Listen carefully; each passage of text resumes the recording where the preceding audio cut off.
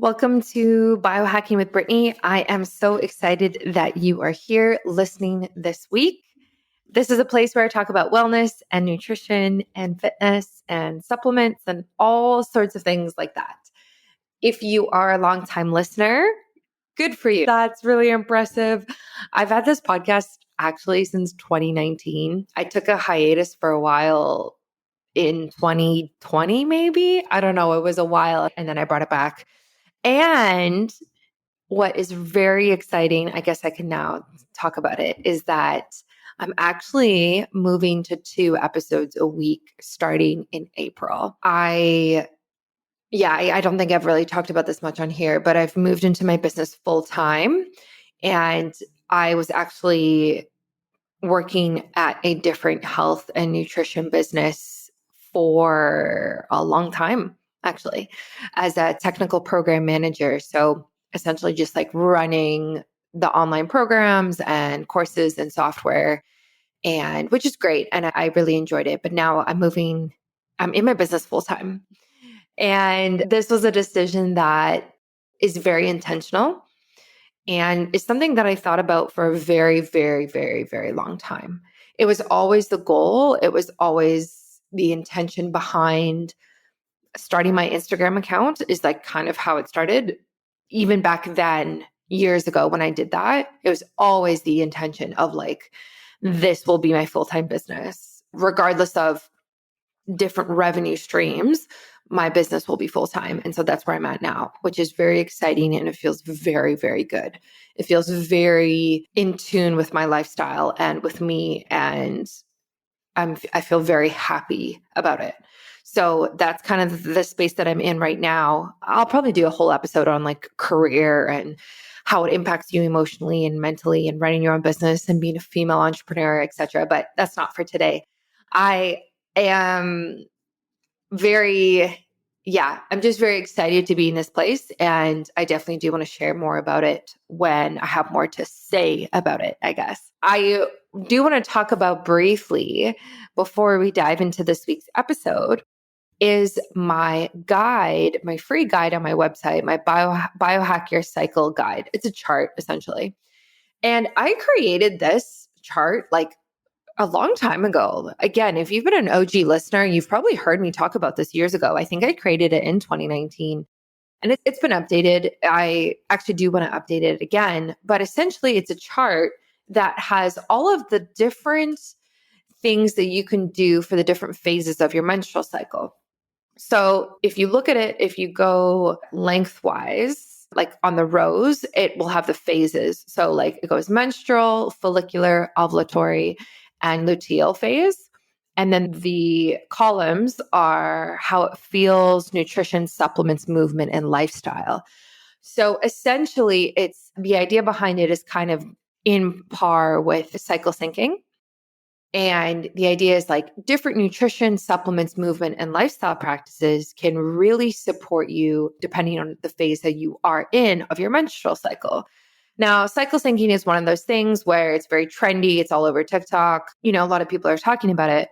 This is kind of like that for sure. Like, you are adjusting kind of what you're doing and what you're eating and your movements to different phases of your cycle.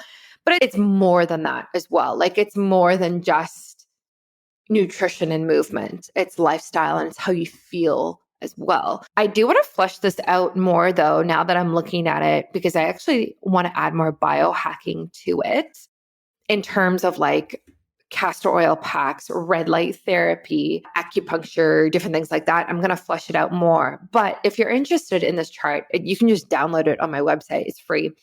And I've been using this for a long time. So just kind of learning, I think the biggest takeaway from it is like, you feel different throughout different days and phases of your cycle. And so like, let's do things that support that. So, during your menstrual cycle, like that's the most obvious one, is like when you're on your period, you're really, really feeling like lower energy. There's a lot of self-reflection going on. You actually have a higher pain sensitivity. So just being aware of things like that. And it's all in one chart, super easy to read. So I encourage you, if you are interested in learning more about your menstrual cycle, your health, your hormones, and balancing everything, I suggest you download this and just have a read through of it. There's things coming up this year I want to talk about, but I can't talk about yet because legally I can't. But this is kind of just like a preview of other things to come. So if you're into this type of thing, I suggest you download it and just start incorporating it really, and really see how it feels and see how it impacts your signs and symptoms that you deal with throughout your menstrual cycle. So a lot of women have pain or cramping or bloating or breast tenderness or irritability. And so when we can kind of live more in our cycles, we can understand ourselves better and we can reduce our signs and symptoms. So that's kind of the whole premise. So let me know what you think. A quick shout out this week to the sponsor and who's also on the podcast this week is BiOptimizers. So I am blessed to have Matt Gallant, who joined me on the podcast this week. And we talked about a lot. He is one of the founders of BiOptimizers. And there's certain companies that I love, and there's certain companies that I could do without. BiOptimizers is one of the ones that I very much use in my day-to-day life. Even before I started working with them, this was the case. And that's because their products are actually the best on the market for what they do. So, example, their magnesium. Their magnesium has 7 different types of magnesium in it, right? Like it's full spectrum magnesium. I don't see other companies doing that. I don't see other companies taking a holistic approach to their supplements like that. Their digestive enzymes, the same thing. There's so many different enzymes in there that really helps you digest your food regardless of the food that you're taking. So there's things for like the macronutrients, protein, carbs, fat.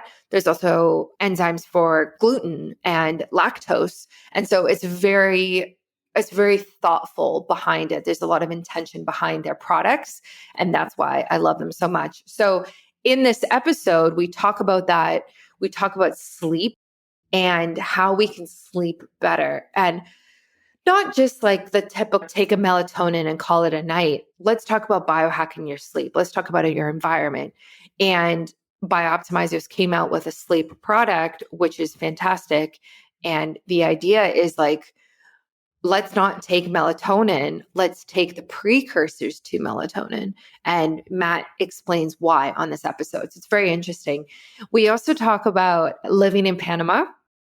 And if you have been listening, I don't know, for the last few months, you know that I am in Costa Rica. And more than that, I am like low key assessing where I want to live long term. And if that's Canada or if that's not Canada, and if Central America might be a better option.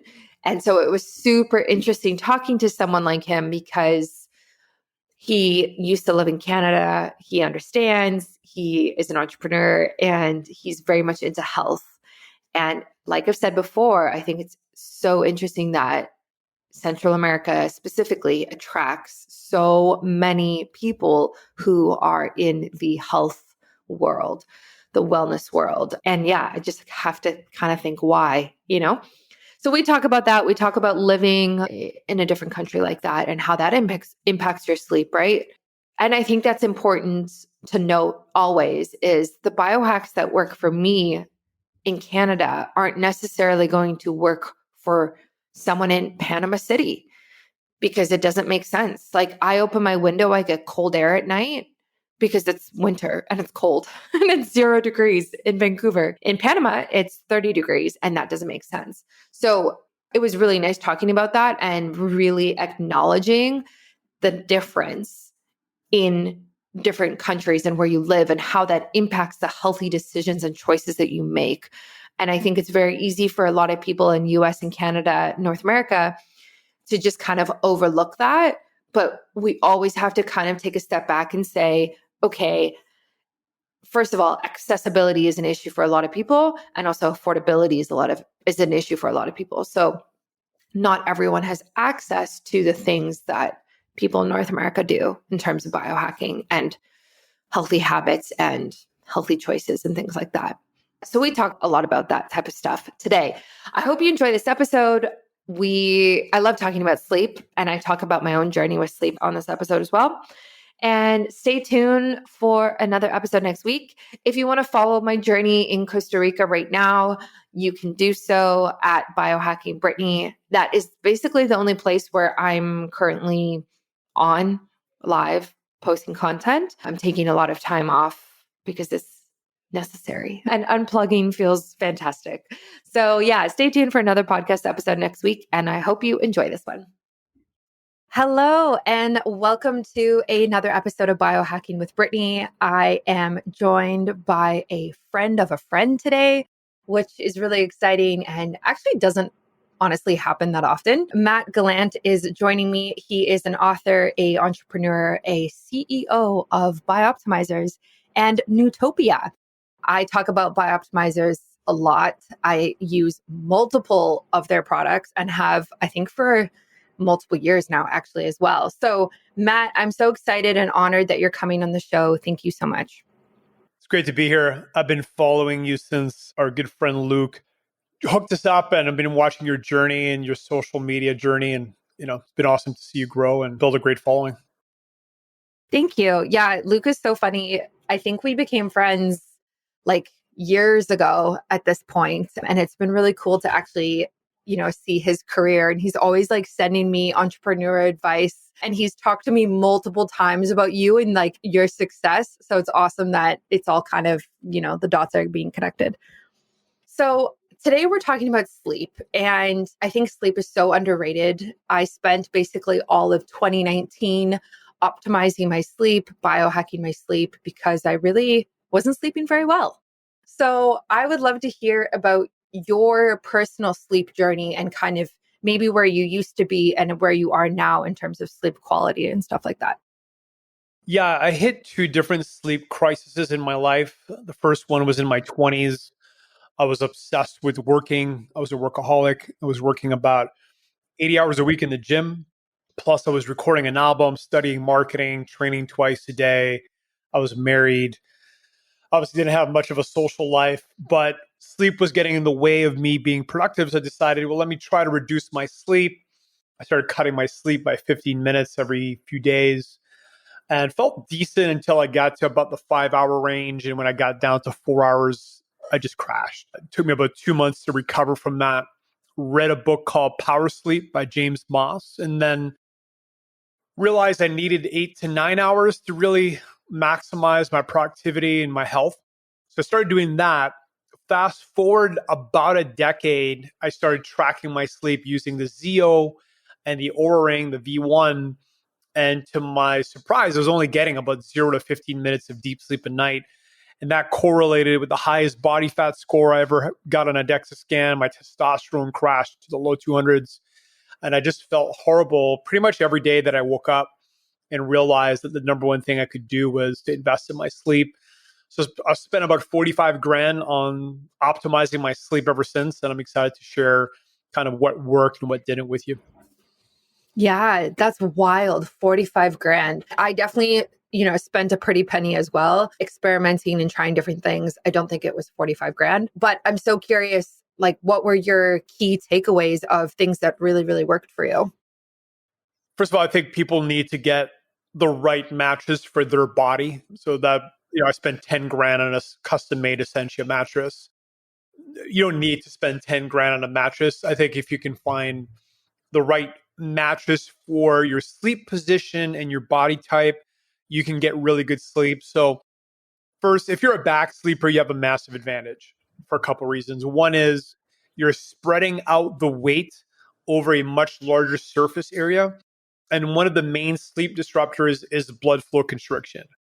So when you're a side sleeper, for an example, obviously your shoulder or your hips, if you're a woman with wider hips or larger legs, is going to press into the mattress.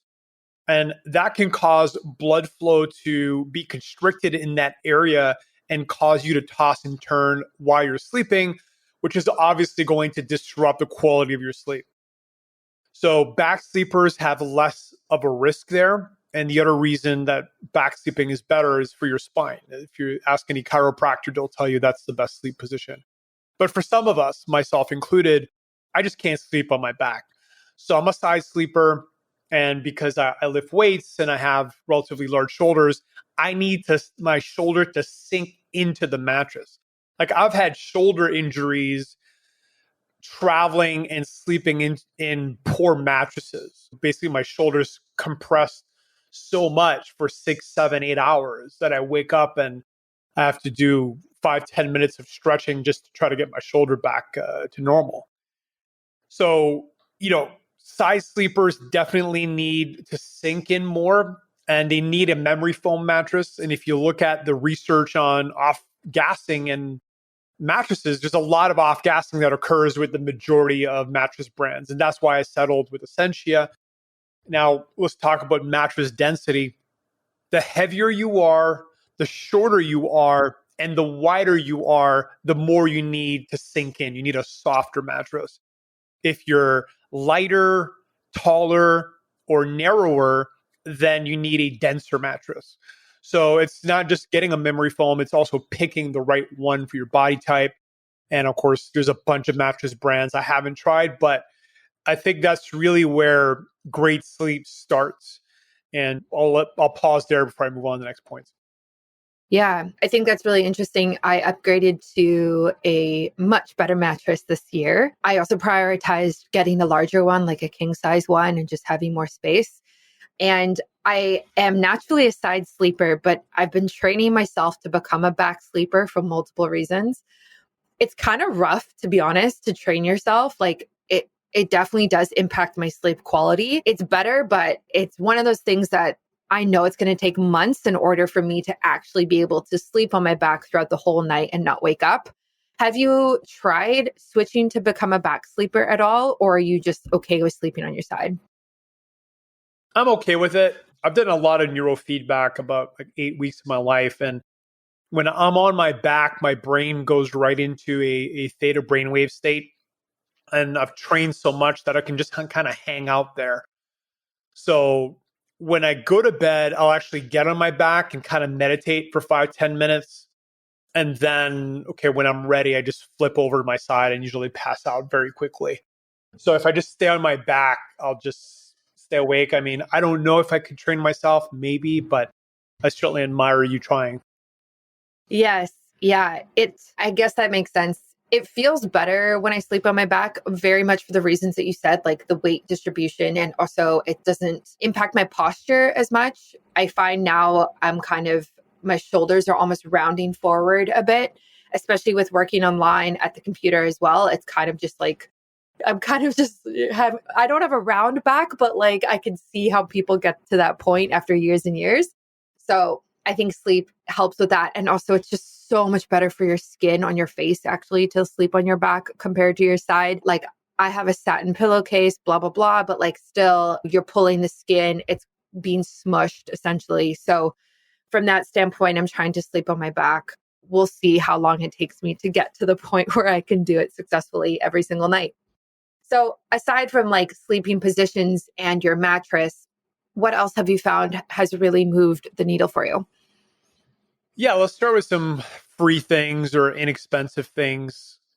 Light is one of the biggest ones. And back when I was getting 8, 9 hours of sleep, but sleeping horribly, I didn't understand that your skin has photoreceptors. So I was wearing a sleep mask. And of course, I had curtains and blinds, but there was still some light coming in. And if you look at the literature, the research on skin and photoreceptors and melatonin production, you're going to destroy natural melatonin production if you have almost like any level of light hitting your skin. So I strongly recommend people get absolute blackout curtains. Like I have 2 layers of blackout curtains because I live in the city. If people live outside the city, then maybe not as much of an issue. But if you're in a city, you would definitely be well served to set up some hardcore blackout curtains in your bedrooms because I think that's one of the most impactful things. And then there's temperature.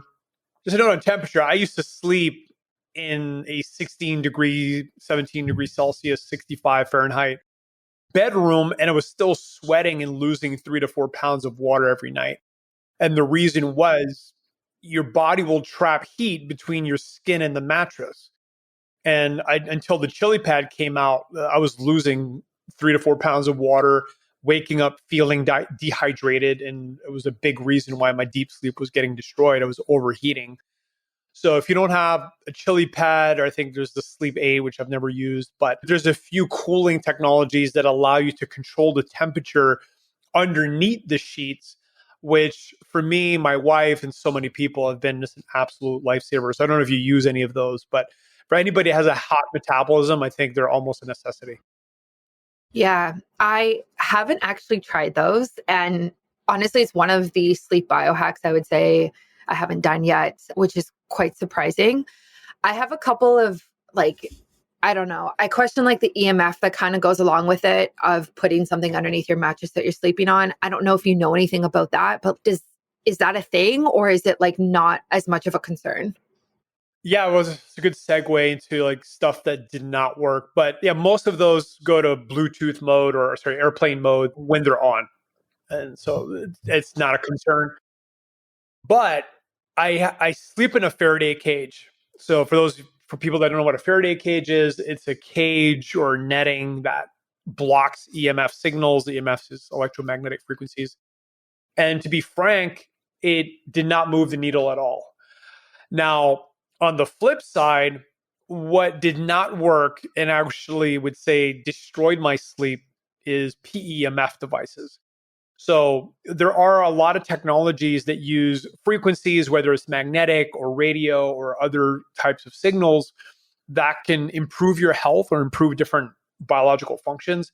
And I'm a huge fan of PEMF devices, but about half a dozen different ones, from the ERT pulse to the beamer to a bunch of ones inspired by the DARPA delta wave enhancers, and none of them work consistently. They work like some of the time, and other times it just absolutely destroyed my sleep. So that's been my experience with EMF and PEMF devices. Yeah, that's really surprising. Again, like PMF isn't something that I've actually tried, but it's very popular in the biohacking circles. And it's interesting that you did try it and it didn't work for you. I, I definitely am concerned about EMF in general. And it's good that the cooling pads go into airplane mode. I find in terms of, just like circling back to temperature, what I've recently started doing is like I'm in Canada and it's winter, so I can do this right now. I open the windows into my bedroom a few hours before we go to sleep, and I close the door. And so by the time that I go to bed, it's so cold in the bedroom that I like never ever put the heater on in there. And it's so fresh because there's so much fresh air, even if it's like snowing outside, if it's raining, whatever. And it's made a significant difference in how I sleep and how good I feel in the morning versus just kind of keeping it room temperature, it not being as fresh in there as well. And I understand like you're in Panama right now. So like you must really, really prioritize sleeping in the cold because obviously it's so hot all the time. And that's so uncomfortable to try and fall asleep in. No, yeah, no, you definitely have an advantage there being in Canada, and I am Canadian, but left a long time ago. Yeah, so for us here, it's a bigger concern, and you got humidity to deal with as well. But the AC was not enough, and I would say again, if you're a man that lifts weights, that has a lot of muscle mass, or if you're a woman in menopause or premenopause, those are more important considerations. On the EMF, my current opinion is I think it depends on the person. I think some people seem to be more sensitive to EMFs and probably get more disruption.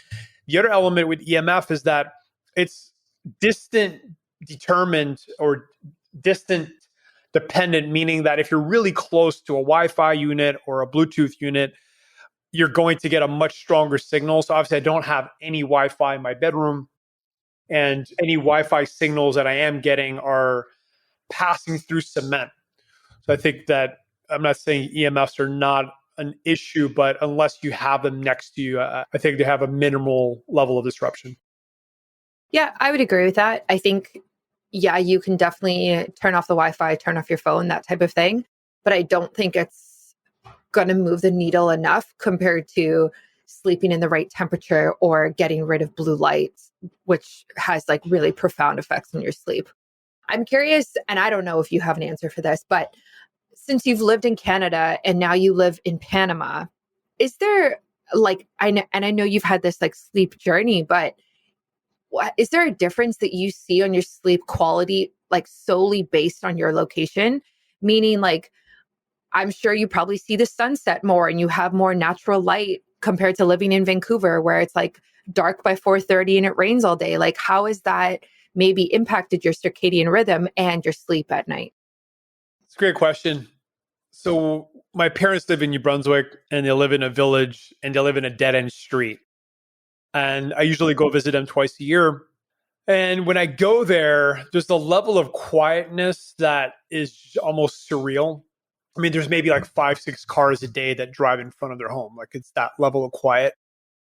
And when I go there in the summer, for an example, and you open up the windows to get in fresh air and you just don't hear anything except bugs, there's a level of just relaxation I feel like can hit that you don't realize you don't hit in the city, right? I live in Panama City. There's obviously constant background noise, even though I don't hear it consciously. I think subconsciously there's some level of low grade stress. So I think it's more of a city versus country thing. When I would say countryside versus Panama versus Canada. Because yeah, when I travel, if I go to a resort where it's equally as quiet, I tend to get that same kind of relaxation response. Yeah, that makes sense. I think like the noise pollution is a serious thing. I live on an intersection. It's not that big, but it's definitely something. And I would love to live in more of a quiet place. This is a conversation that's much bigger than this, but when we when we were buying our place a couple of years ago, it was kind of this idea of solitude versus isolation and how do you kind of find the perfect spot for you. But now that I've been in this spot for a couple of years, I'm definitely looking for a bit more isolation at this point, health wise. But yeah, I think that's really important. And I personally have a Dyson air filter fan in my room. And that really helps because it's kind of like white noise. And it really, really helps put me to sleep actually, and just like drowns out anything that I might hear from the street. Yeah, I was going to bring that up. So I'm running, again, the chili pad. I've got AC.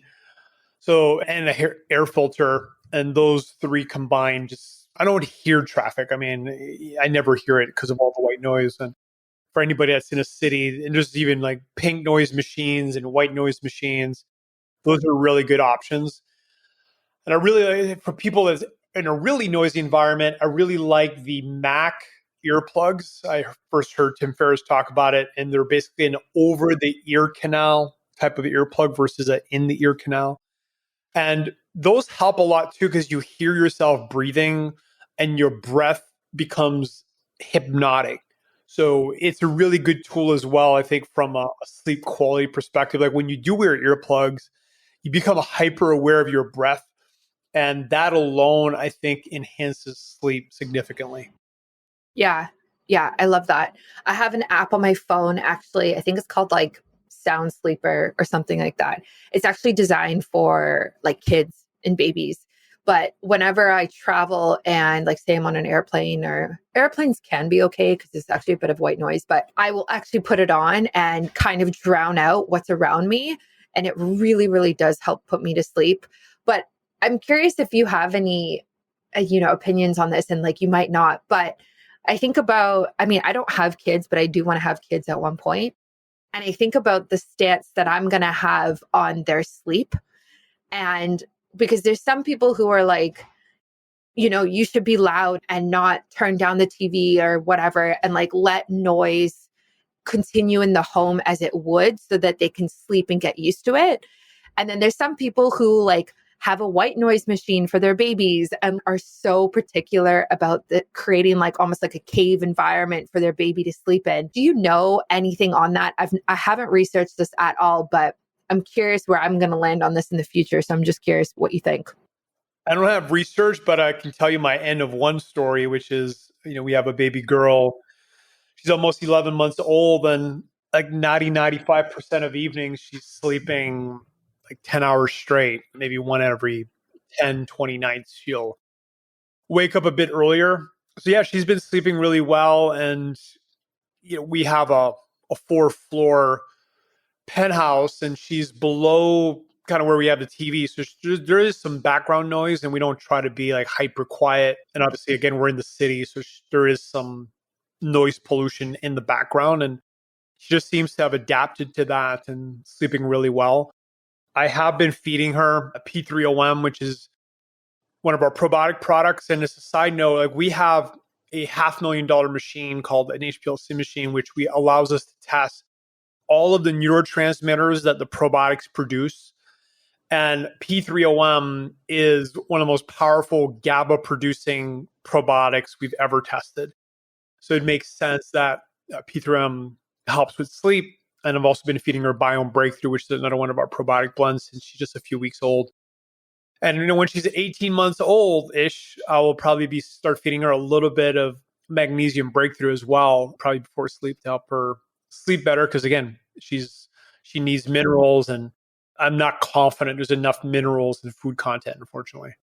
Yeah, that's interesting. I take all of those products that you mentioned. I wouldn't, again, like this is something, it's kind of just ahead of where I am in life right now. But yeah, that obviously makes a lot of sense that it's important to get her to have and really support her in her sleep. And that's so nice that she's sleeping throughout the night. Like that must be so easy on you. Yeah, no, it's critical, and of course we have help here, so yeah, it's Yeah. it's, it's great. So actually one of the questions I wanted to ask you was, what do you recommend for people who maybe have a newborn or have a new kid and or maybe some other disruptor, but they're being woken up multiple times throughout the night and there's not really much that they can do about it because say it's like a child and it's responsibility. Like how do you recommend people optimize their sleep when that's their reality? Yeah, so your body, and back to when I was on a crazy lifestyle and trying to sleep 4 hours. I mean, obviously, polyphasic sleep is something that some people try to do, and usually it's a short-lived experiment. I've never met anybody that's done polyphasic sleep for years and years, but your body can adapt. Typically, you need about like 90-minute sleep cycles. So if you're just constantly being disrupted, and if you can get some sleep throughout the day, you could potentially catch up. Now, on the molecule side, glycine is potentially a game changer. So, glycine is just an amazing amino acid for health in general. But for sleep, when you look at the literature, it's one of the few molecules that showed that if people did not get enough sleep, it actually reduces sleepiness and fatigue during the next day. So it's a really powerful way. That's why we included it in Sleep Breakthrough. And I think glycine in general for collagen production and all kinds of other health functions is just incredible. So, yeah, glycine is definitely a good option. Napping. I'm personally a big fan of non sleep deep rest. I'm not a napper, but if I do find myself tired, I'll just close my eyes. I don't try to nap. I'm not trying to meditate. I'm essentially trying to do nothing. And if my brain wants to think about things, I just let it. And I'm typically rebooted within 5 to 10 minutes when I do that. So, I think people need to find what works for them, whether it's napping, meditation, non sleep deep rest, and make sure that they're trying to get more microburst of recovery throughout the day because they're going to need it. Stress is a common factor that affects everyone in today's fast paced world, leading to various health issues, including heart problems, inflammation, obesity, and mental illness. While most people focus on finding relief through meditation or trips to the spa, what if the root cause of stress is actually a deficiency in a key nutrient? Introducing Magnesium Breakthrough, the ultimate magnesium supplement that offers the full spectrum of all 7 types of magnesium, specifically formulated to reach every tissue in your body for maximum health benefits. This one-of-a-kind product is designed to reverse low levels of magnesium, which could be causing a multitude of health problems. But what sets magnesium breakthrough apart is its ability to impact the release of stress hormones like cortisol and block the activity of more stimulating neurotransmitters, leading to a more peaceful and resting state. This means that this supplement acts like a brake on your body's nervous system, helping to calm and soothe, promoting a better quality of life. Simply go to magbreakthrough.com/biohackingbrittany to get 10% off magnesium breakthrough with the discount code biohackingbrittany. And for a limited time only, if you buy 3 bottles, you get an exciting gift with your purchase, which is blue light blocking glasses. This is a limited time offer for select orders, so don't wait. Go right now to magbreakthrough.com/biohackingbrittany and use my discount code biohackingbrittany at checkout. This will be linked in the show notes and on my website as well.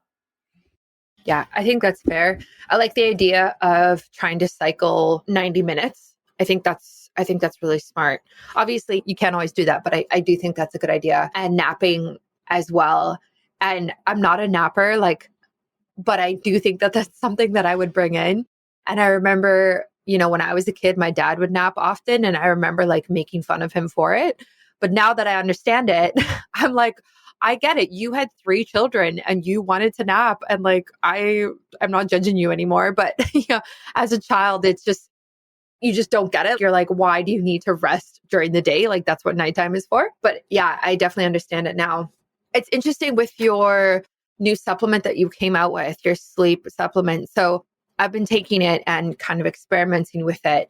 And one of the things that you talk about in it, or the ingredients, is that it's precursors to melatonin, precursors to help you sleep better, rather than, hey, here's 5 milligrams or whatever it is of melatonin itself. So what was the thinking behind that? And what's your stance on melatonin in general? I think it's always a better strategy to try to give the body the building blocks it needs, including the cofactors, so that it naturally produces the target molecule, which in this case is melatonin. Sometimes that doesn't work and you need to go to exogenous forms. And I'm not against that, but I think that should be the last resort. So I think the biggest mistake people are taking or making with melatonin is they're taking too much. If you look at the literature, and a few years ago, people started the narrative of 350 micrograms. But I looked at the literature, and the brain naturally produces 10 to 80 micrograms. And there's some people, myself included, and I heard Tim Ferriss talk about this and Dr. Andrew Huberman talk about this, that if they take too much melatonin, they'll wake up earlier and their sleep's disrupted. So melatonin never really worked for me, except when I realized that I was basically overdosing. When I started to reduce my melatonin dosage from 0.5 milligram, which most people would say is a small dose, down to 40 to 80 micrograms, which is like a tenth of that, I started sleeping better and not getting an issue. But yeah, my strategy for years has been, let's give the body what it needs. And magnesium, of course, is an incredible precursor to serotonin. And then when you add P5P, it helps convert more of that magnesium. And in the lab, we've just proven in the last few weeks that the P5P helps shuttle the magnesium, more magnesium into your red blood cells. So we always knew that magnesium breakthrough was just superior for absorption, and it just hits different, it hits harder, and it just works better. And we're working on all this research to prove that it is increasing uptake. And we're seeing that, yes, when you're combining magnesiums and when you're adding cofactors like P5P, that you are going to absorb more in your red blood cells. But again, we typically try to target multiple biopathways when we build products. So the magnesium's one, but there's a lot of other really powerful minerals for sleep. Probably the most interesting one that I wasn't aware of was potassium. So obviously, having been ketogenic now for almost 30 years, I've been aware of the importance of potassium for hydration. Sodium, of course, is a really important mineral. and readily available in salt. But many years ago, I realized on a ketogenic diet, it's really easy to become potassium deficient, become dehydrated. So I started to take more potassium in my diet, and that really changed things. However, my co-formulator on this, Mr. Newts, said, no, we need potassium for sleep. And then I dived into the literature and I found this really interesting data from like 2004 on odd mutant flies that found that sodium excites neurons, that it actually excites the brain, and then potassium quiets down neurons. It actually quiets down channel activity. So essentially, what that means, what that translates to is in the morning, it's a really good idea to throw some salt, some Himalayan salt or sea salt in with your water or your coffee. I'm a big fan of salt coffee. If you've never tried black coffee with salt, it's really cool. I love it. It's like a more savory type of coffee experience. But throw in maybe a quarter teaspoon of salt, blend it. It tastes really good. And then in the evening, shift more to potassium. And there's something called new salt, which is a potassium chloride salt that you can use in your food. And of course, we have potassium gluconate inside of Sleep Breakthrough, and which also will help kind of quiet down your heart and slow down your heart rate a little bit. Then we have calcium, which boosts REM, and it also helps convert tryptophan into serotonin, which again, anything that increases serotonin will typically help you sleep better because it is a building block for melatonin. And then we have zinc orotate, which is also a melatonin cofactor and calms the nervous system. So all of those minerals are awesome for sleep. And then we also targeted GABA. So GABA is really one of the key molecules for great sleep. I mean, we call it the molecule of chill. If you look at people that really struggle with sleep, they tend to be about 30% deficient in GABA.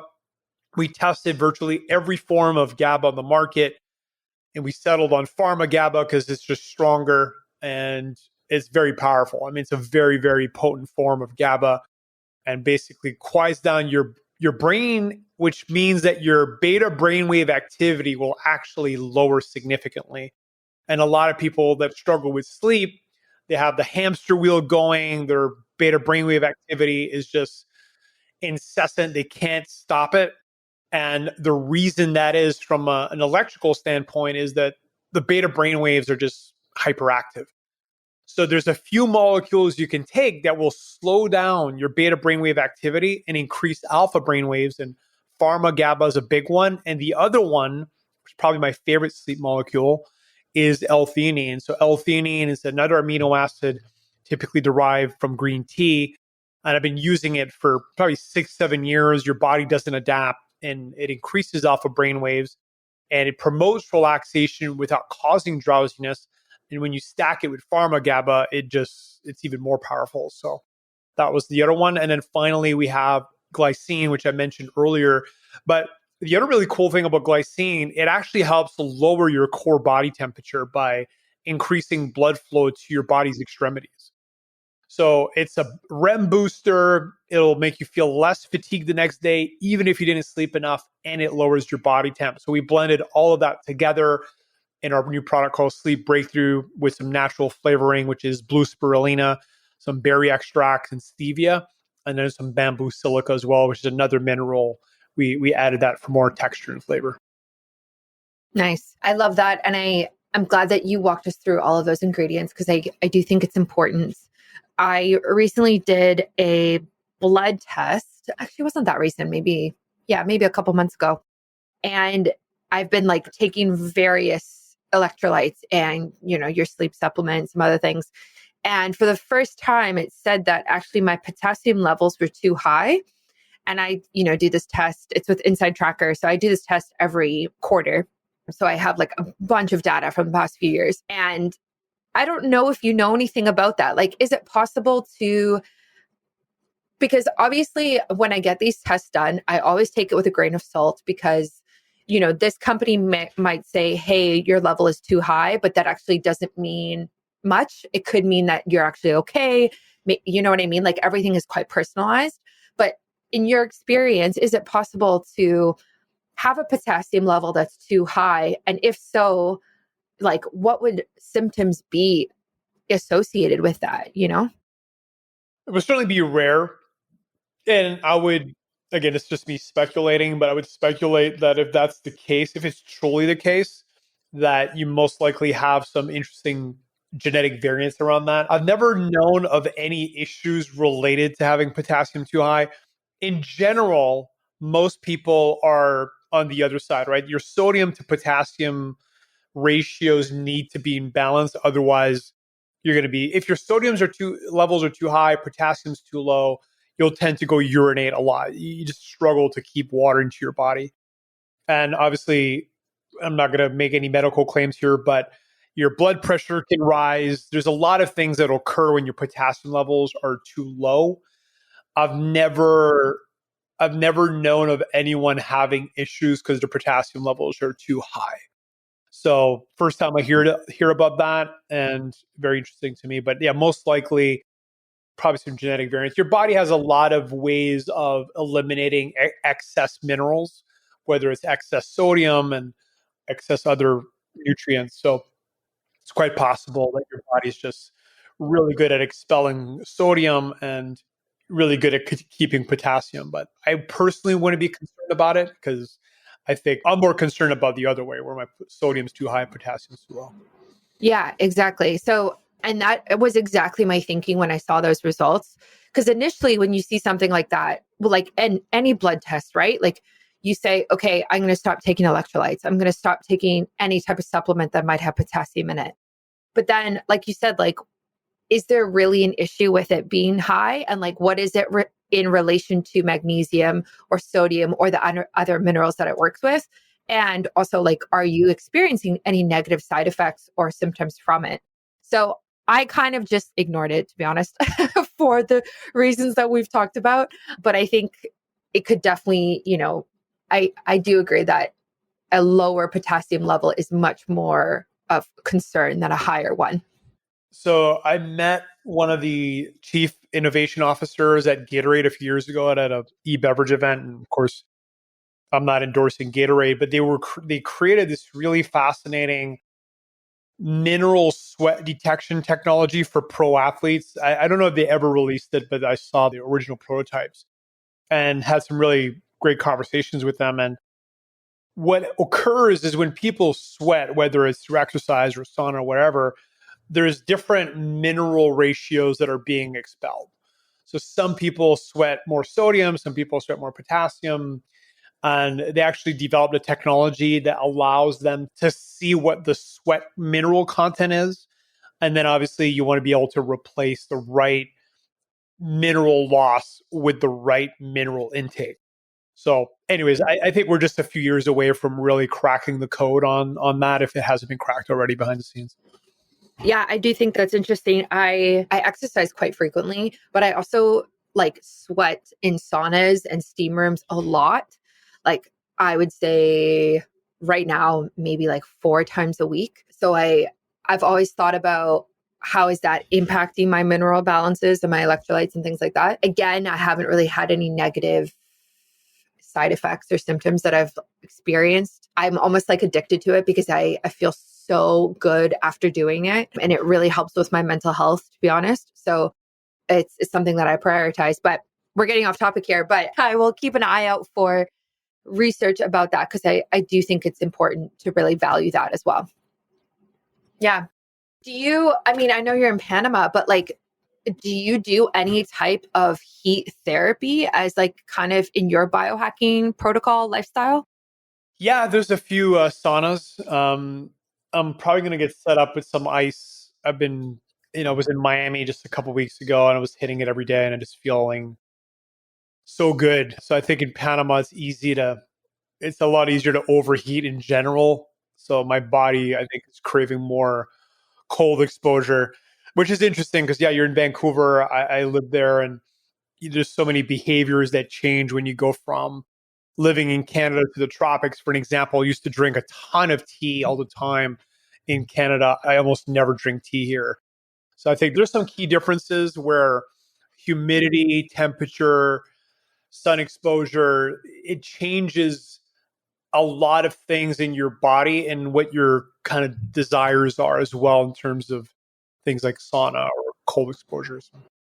Yeah. Oh, absolutely. Absolutely. I actually I want to just quickly pick your brain before we wrap up about Panama, because like I said before we started recording, my fiance and I are playing with the idea of what it would look like to move to Central America. We both work online and we can work from anywhere in the world. And so it's one of those things where as much as, and you very much understand that since you are Canadian, as much as I think the quality of life in Canada is fantastic, I'm not sure that the lifestyle here reflects my values anymore, which is a very, difficult decision and things that I'm thinking about. But for you, like, what was, and again, you can share as much as you feel comfortable, but what was like the moment or the catalyst that really made you decide that, hey, I don't think Canada's working for me anymore. I need to live somewhere else that better suits me and my lifestyle?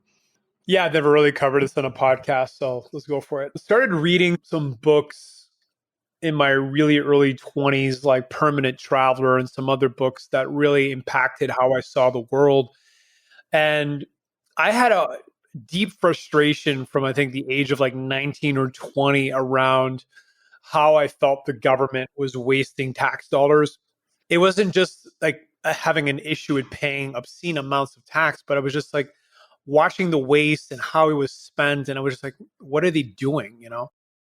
And I always felt like if I can go somewhere, vote with my feet, go where I have more agency and control over my health, how my tax dollars are spent, that I would feel more freedom, and started doing a lot of homework around that and started looking at different places around the world to live. And Panama was definitely the top spot for me at the time. And I have not found any place better for a few reasons. One is I want to live in a city. So if you want to live in a city in the Americas, in a good place that's hot, good climate, Panama's pretty tough to beat.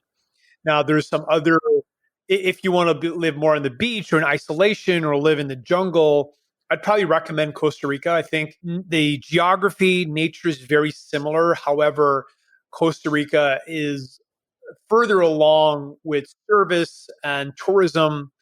And I think it's easier to find good people to do things in general. And Panama is a better city. I'm not a big fan of San Jose at all in Costa Rica, but there's some beautiful beaches and resorts and things. So it really depends what you're looking for. I think they both check the boxes of feeling free. And I don't really feel like I live in Panama. I feel like I live in the world psychologically. And I'm able to get direct flights to almost the majority of the cities that I frequent, which is great. And in terms of expat communities, it's awesome. So yeah, I mean, there's some downsides, but in general, the plus sides outweigh the downsides by 4 or 5 to 1.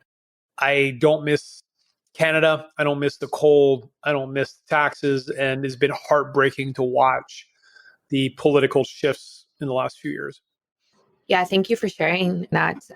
I think it's important to kind of reassess. And yeah, it has been tough. And I'm not going to lie, like the political changes that have happened, with COVID and everything have really, really sped up this process for me in terms of like where I stand on things and what I want to do. My biggest thing right now, though, is like I said, like I want to have kids in the next couple of years. And it's really, really shifted my thinking, even though like we're not trying at all right now, because now I feel like it's not about only me, it's about a child. And do I want a child to grow up in a society like Vancouver? And not that anything's really bad with Vancouver. It's more just like, I don't know if this type of lifestyle fully reflects my values anymore. And so I just don't know if that's the best place that I think a kid should grow up. So it's really changed things for me. So I'm doing my research. No, that's great. Yeah. If you need any suggestions or guidance, hit me up anytime. Yeah, absolutely. And like I said, so we go to Costa Rica for 3 weeks next week. And then we may, which might be a little wild, we may drive, like buy a car, an old car, drive from Vancouver to Panama next winter and do like a 7-month trip going through the States, going through Texas, Mexico, et cetera, and kind of look at all of Central America, bring our dog, work from different Airbnbs, and then make a decision after that. Because a lot of the advice that I hear in the digital nomad communities, expat communities, is very much like spend multiple months down here before you pack up and move. So you actually have a more accurate feeling of what it's going to be like. Yeah, it takes you about 6 months to get a good feel for a culture. I spent about 6 months in Japan, for an example, when I was in my late 20s, early 30s. And yeah, it took me, I started really sensing what the culture was like after like 4 months, 5 months. It's easy to get enchanted by the newness and the novelty of a new place, but you want to make sure you're spending enough time to really see if your core values align with the place that you want to live in. Because a lot of people come in, they're attracted to the weather and some other benefits, but then culturally, it's just not a match for them. For me, it is. I think one of the things you'll experience in general out here is more freedom.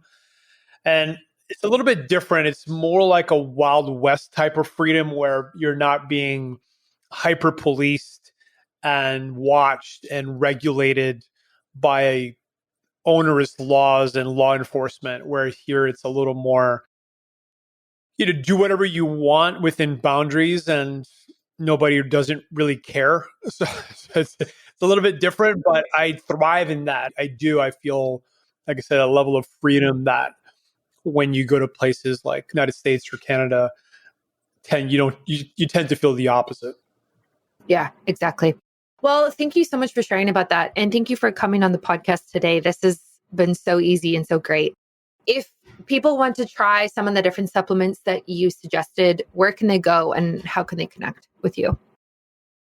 Yeah, just go to BiOptimizers.com. It's BiOptimizers.com. Check us out. And I think we have a special discount code for your listeners, right? You have a discount code? Yes. 10% off? Yes, I do. Yep. Yeah, which is, I think, just biohacking Brittany. So yeah, check out sleepbreakthrough.com/biohacking Brittany.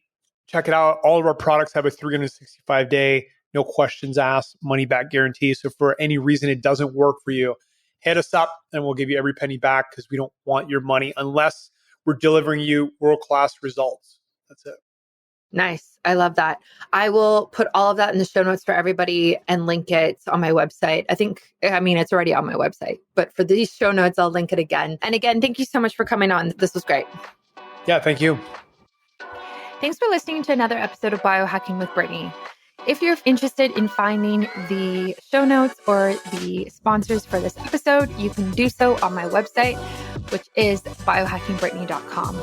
Remember to follow me on Instagram, where I'm most active. My handle is @biohackingbrittany. And if you're interested in working together and you want to email me directly, you can do that.